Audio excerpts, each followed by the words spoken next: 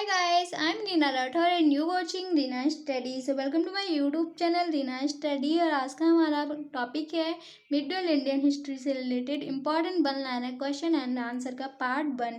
तो चलते हैं हम अपनी आज की इस वीडियो को स्टार्ट करते हैं। वीडियो को स्टार्ट करने से पहले वीडियो को लाइक कर देना, चैनल को सब्सक्राइब कर लेना एंड बेल आइकन को प्रेस कर देना ताकि आने वाली वीडियो का नोटिफिकेशन आपको मिलता रहे। फर्स्ट है हमारा क्वेश्चन, भारत पर अरब आक्रमण की जानकारी किस पुस्तक से प्राप्त होती है? राइट आंसर है हमारा चचनामा। चचनामा पुस्तक से हमें भारत पर अरब आक्रमण की जानकारी प्राप्त होती है। और भारत पर अरबों का आक्रमण करने का मुख्य उद्देश्य क्या था? तो अरबों का भारत पर आक्रमण करने का मुख्य उद्देश्य था भारत का धन लूटना। नेक्स्ट है क्वेश्चन, गुजरात के सोमनाथ मंदिर पर गजनवी के आक्रमण के समय वहां का शासक कौन था? आंसर है हमारा भीमदेव यानी कि भीम। गुजरात के सोमनाथ मंदिर पर किया गया आक्रमण गजनवी का सबसे महत्वपूर्ण आक्रमण था और उस समय यहाँ का शासक कौन था? भीम। ये आक्रमण हुआ कब था? तो ये आक्रमण इसने किया था 1025 ईस्वी में। गाइस, इससे पहले हमने एशियंट हिस्ट्री यानी कि प्राचीन भारत की सारी वीडियोस कंप्लीट की हैं। अगर आपने वो सारी वीडियोस नहीं देखी हैं तो प्लेलिस्ट में उसका लिंक मैं प्रोवाइड करा दूंगी आपको। वहाँ से जाकर आप एशियंट हिस्ट्री के सारे क्वेश्चन अच्छे से कवर कर सकते हैं। आज से स्टार्ट हो रही है हमारी मिडिल हिस्ट्री यानी कि मध्यकालीन भारत। तो चलते हैं अपने नेक्स्ट क्वेश्चन में। क्वेश्चन है हमारा, भारत पर पहला अरब आक्रमण किसने किया था? राइट आंसर है हमारा मोहम्मद बिन कासिम। मोहम्मद बिन कासिम ने भारत पर पहला सफल मुस्लिम आक्रमण किया था। ये आक्रमण किया था इसने 712 ईस्वी में। कब किया था? 712 ईस्वी में किया था। और इस आक्रमण में इसने सिंध और मुल्तान को जीता था। सिंध एंड मुल्तान। भारत पर पहला अरब आक्रमण मोहम्मद बिन कासिम ने किया था 712 ईस्वी में और इस आक्रमण में इसने सिंध और मुल्तान को जीता था। नेक्स्ट है हमारा क्वेश्चन, चंदावर का युद्ध कब हुआ था? तो चंदावर का युद्ध हुआ था, आंसर है हमारा 1194 में। 1194 में चंदावर का युद्ध हुआ था और इस युद्ध में मोहम्मद गौरी ने जयचंद को हराया था। किसको हराया था? मोहम्मद गौरी ने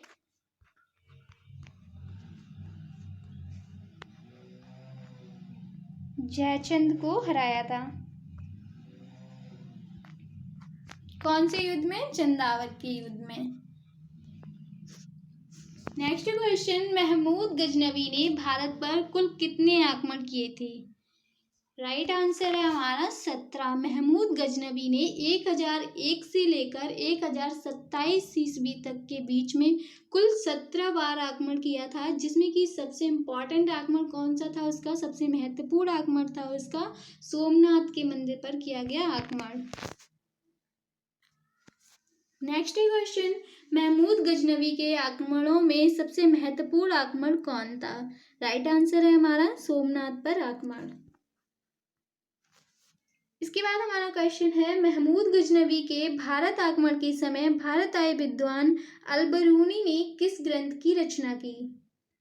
राइट आंसर है हमारा किताब उल हिंद। किताब उल हिंद की रचना किसने की? अल-बरूनी ने। अल-बरूनी ने किताब उल हिंद की रचना की थी। महमूद गजनवी के भारत आक्रमण के समय ये भारत आया था। कब आया था ये भारत? महमूद गजनवी के भारत आक्रमण के समय। नेक्स्ट है, भारत का वह पहला शासक कौन था जिसने मोहम्मद गौरी को पराजित किया था?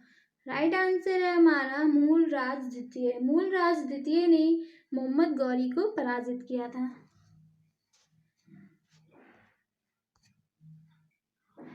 इसके बाद क्वेश्चन है हमारा, शाहनामा के रचयिता कौन है? राइट आंसर है हमारा फिरदौसी। फिरदौसी ने शाहनामा की रचना की थी। नेक्स्ट क्वेश्चन, मोहम्मद गौरी के तराइन के द्वितीय युद्ध में किसको हराया था? मोहम्मद गौरी ने तराइन के द्वितीय युद्ध में पृथ्वीराज चौहान को हराया था, जो कि कब हुआ था तराइन का द्वितीय युद्ध?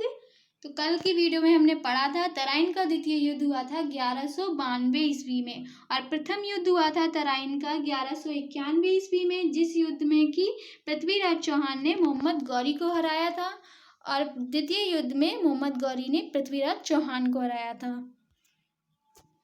इसके बाद स्टार्ट ये था हमारे भारत पर अरब आक्रमण के क्वेश्चन। इसके बाद स्टार्ट होता है हमारा गुलाम वंश। गुलाम वंश कब तक चला था? 1206 ईस्वी से 1290 ईस्वी तक गुलाम वंश रहा था। फर्स्ट क्वेश्चन, गुलाम वंश की स्थापना की।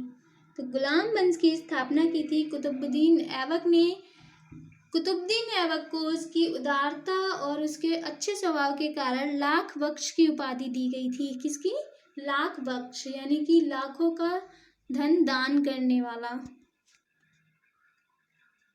नेक्स्ट क्वेश्चन, गुलाम वंश के किस शासक को लाख बख्श की उपाधि दी गई? राइट आंसर है हमारा कुतुबुद्दीन ऐबक। उसकी उदारता के कारण उसको लाख बख्श की उपाधि दी गई थी। इसके बाद हमारा क्वेश्चन है, दिल्ली सल्तनत के किस शासक की मृत्यु चौगान यानी कि पोलो खेलते समय हो गई थी? तो राइट आंसर है हमारा कुतुबुद्दीन ऐबक। कुतुबुद्दीन ऐबक की मृत्यु चौगान यानी कि पोलो खेलते समय 1210 ईस्वी में हुई थी। इसके बाद क्वेश्चन है, कुतुब मीनार का निर्माण किस सूफी की याद में किया गया था? राइट आंसर है हमारा कुतुबुद्दीन बख्तियार काकी। कुतुबुद्दीन बख्तियार काकी की याद में कुतुब मीनार का निर्माण कुतुबुद्दीन ऐबक ने शुरू करवाया था। नेक्स्ट क्वेश्चन है, 2.5 दिन का झोपड़ा किसने बनवाया था? राइट आंसर है हमारा इल्तुतमिश। इल्तुतमिश ने 2.5 दिन का झोपड़ा बनवाया था। इसके बाद हमारा क्वेश्चन है, तुर्क चहलगानी नामक संगठन की स्थापना किसने की? राइट आंसर है हमारा इल्तुतमिश। इल्तुतमिश ने अपनी राजधानी लाहौर से दिल्ली स्थापित की थी। कहाँ से? लाहौर से दिल्ली स्थापित की थी। इसके बाद क्वेश्चन है, टंका तथा जीतल नामक सिक्का किसने चलवाया था? राइट आंसर है हमारा इल्तुतमिश। इल्तुतमिश ने टंका तथा जीतल नामक सिक्का चलवाया था। नेक्स्ट क्वेश्चन, गुलाम वंश के किस शासक ने न्याय का घंटा लगवाया था? राइट आंसर है हमारा इल्तुतमिश। इल्तुतमिश ने टंका तथा जीतल नामक सिक्का चलवाया था और इसने अपने दरबार में न्याय का घंटा लगवाया था। नेक्स्ट क्वेश्चन, प्रथम महिला मुस्लिम शासिका कौन थी? तो राइट आंसर है हमारा रजिया सुल्तान। रजिया सुल्तान भारत की प्रथम मुस्लिम महिला थी। रजिया सुल्तान का विवाह किससे हुआ था? तो रजिया सुल्तान का विवाह हुआ था भटिंडा के शासक अल्तुनिया से, और रजिया सुल्तान ने अपने पहनावे में पर्दे को त्याग कर कुबा और कुला धारण किया था। कुबा का मतलब होता था कोट और कुला का मतलब होता था टोपी। क्या क्या इन्होंने पर्दे प्रथा को त्याग कर पर्दे को त्याग कर कुबा यानी कि कोट और कुला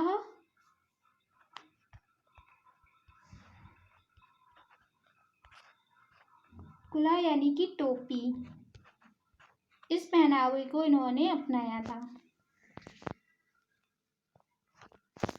नेक्स्ट क्वेश्चन, जिल्ले इलाही किसको कहा जाता है? तो राइट आंसर है हमारा बलबन। बलबन को जिल्ले इलाही कहा जाता है।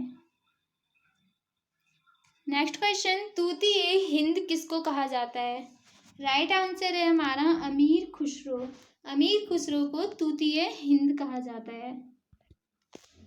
नेक्स्ट क्वेश्चन, भारत में सिजदा एवं पापोस प्रथा की शुरुआत किसने की? राइट आंसर है हमारा बलबन। बलबन ने फारसी परंपरा के आधार पर सिजदा एवं पापोस प्रथा की शुरुआत की थी। इसके बाद क्वेश्चन है हमारा, नवरोज उत्सव की शुरुआत किसने की थी? तो नवरोज उत्सव की शुरुआत भी बलबन ने की थी। राइट आंसर है हमारा बलबन। गुलाम वंश के किस शासक ने लौह एवं रक्त की नीति अपनाई थी? आंसर है हमारा बलबन। बलबन ने अपने विरोधियों से निपटने के लिए लौह एवं रक्त की नीति को अपनाया था। नेक्स्ट क्वेश्चन, दिल्ली सल्तनत का वास्तविक संस्थापक कौन था? राइट आंसर है हमारा इल्तुतमिश। इल्तुतमिश दिल्ली सल्तनत का वास्तविक संस्थापक था। इसके बाद क्वेश्चन है इक्तादारी प्रथा किसने चलाई थी? तो राइट आंसर है हमारा इल्तुतमिश। इल्तुतमिश ने इक्तादारी प्रथा चलाई थी, जिसका मतलब क्या होता था, इल्तुतमिश ने अपने साम्राज्य को, जो उसका साम्राज्य था, उसको कई छोटे छोटे हिस्सों में बांट दिया था, जिसको कि इक्ता कहा जाता था। और उस जो छोटे छोटे राज्य होते थे, उसका प्रशासक जो होता था, उसको इक्तादार कहा जाता था। तो गाइस, ये थे हमारे आज की वीडियो के क्वेश्चन कैसे लगे कमेंट में ज़रूर बताएं। So thank you for watching. Please like, share, comment and subscribe my channel Reena study. Thank you.